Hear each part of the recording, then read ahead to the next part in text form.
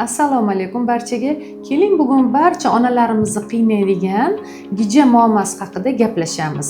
Aynan gijalar keltirib chiqazadigan 5 ta asoratlarni sanab o'tamiz. Birinchi asorati jismoniy o'sish va rivojlanishni orqadan qolishi.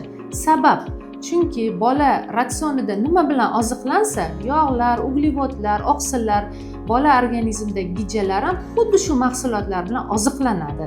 Ya'ni bu narsa bolani organizmida minerallar, oqsillar, vitaminlar defitsitiga olib keladi. Bilamizki, bolalar o'sishi uchun shu mahsulotlardan tashkil topgan bo'lishi kerak ratsioni. Ya'ni oqsil bu asosiy o'sish poydevori hisoblanadi. Bolani o'sishi uchun, sog'lom rivojlanishi uchun, aqliy tarafdan, jismoniy tarafdan rivojlanishi uchun ratsionida to'laqonli oqsillar, yog'lar, uglevodlar bo'lishi kerak. Agar bola organizmida gija sabab bu oqsillar yetishmovchilik kuzatiladigan bo'lsa, tabiiyki bola o'sishdan, rivojlanishdan orqada qoladi.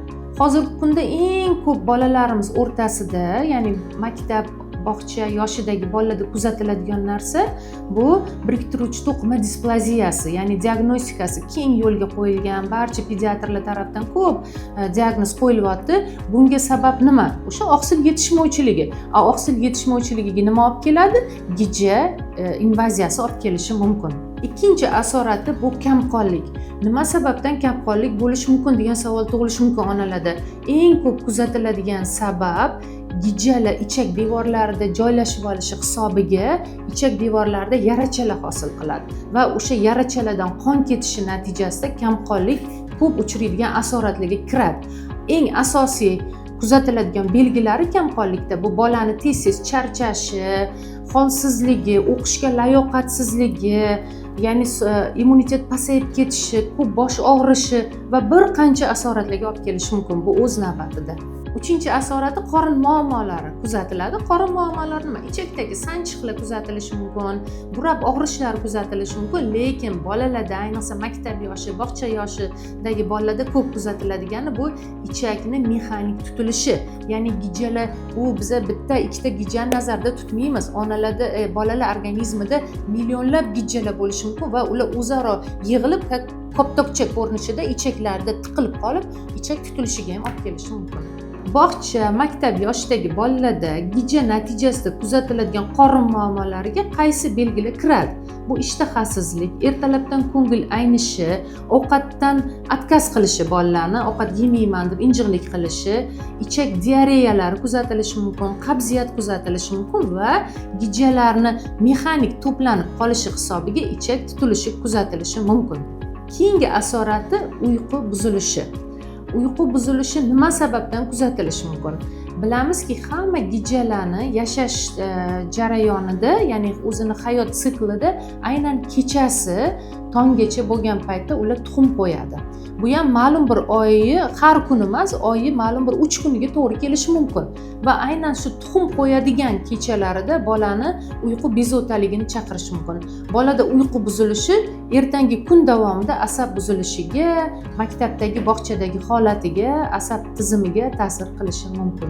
5-chi asorati immunitetni pasayib ketishi. Immunitet pasayishini sababi juda ko'p bolalarda, lekin gija invaziyasi bu ham bir sabab, ya'ni ko'p protsentli sabablarga kiradi. Sabab nima? Ya'ni immunitet pasayishi, immunitet uchun organizmda, bolalar organizmida immunitet yaxshi ishlashi uchun birinchi navbatda yaxshi oziqlanish, ya'ni ratsionalniy pitание deymiz.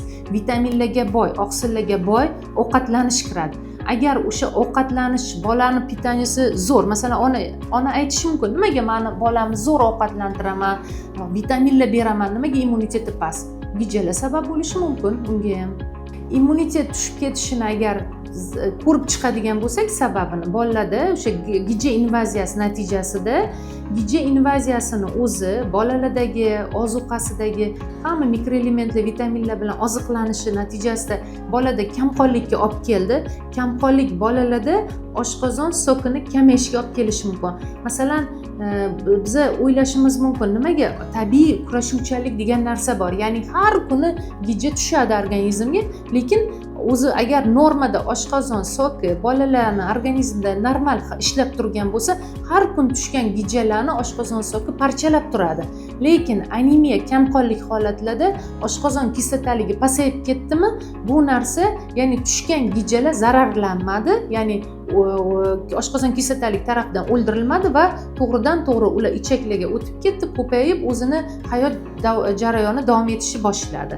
Va bu narsa bolalarda kamqonlik, ketidan mana glissnoya invaziya, ketidan kamqonlikka olib keldi. Kamqonlikni o'zi esa bolalarning immunitetini pasayishiga olib keladi. Ya'ni bular bir-biri bilan uzviy ravishda bog'liq, ya'ni yopiq zanjirni tashkil qiladi.